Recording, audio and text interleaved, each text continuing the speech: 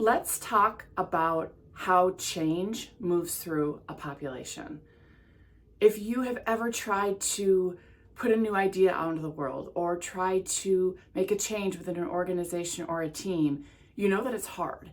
And one of the things that I regularly come back to for myself, as well as the teams and leaders I support, is something that's been around a long time, and it's called the law of diffusion of innovation. So if you imagine a bell-shaped curve, right? We know that in any population, you think about things tend to move towards that bell-shaped curve. You have some people on the tail end, you have some people on the other tail end, and then you've got the majority in the middle.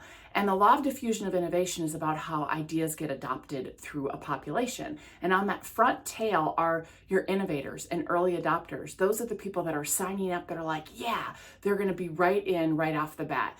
Those might be when you post something on social media, people are liking and sharing, and this is amazing. They're the first to sign up when a new product comes out, a new organizational change comes out, and they're right in there and they're your champions. And then, but that's a very small amount. And then you've got kind of this middle that's the early and late majority that are going to take a little longer. They're like, I need to see how this goes. I need to ponder it a little bit. I'm not quite so sure. I'm not against it, but I'm kind of neutral. I might be skeptical a little bit.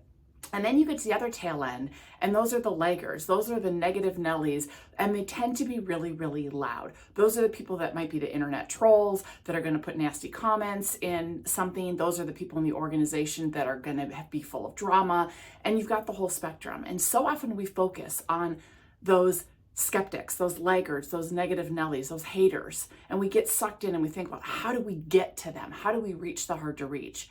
But that's actually the wrong approach. So we need to remember that in any initiative, there are going to be people who are going to be negative and not on board, and that's okay and expect it. We're going to have some people that are going to be rah, but don't take that as false. Everything's awesome. And we've got the middle people that are the ones that eventually we want to bring along. And how we do that is by focusing on that tail end and building momentum. It's like grassroots organizing.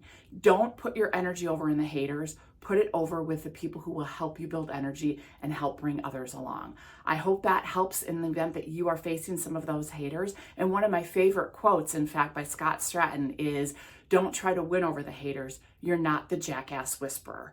In other words, never let anyone dull your sparkle. So put this one into practice. Let me know what happens. And don't try to win over those haters. You will fail every time.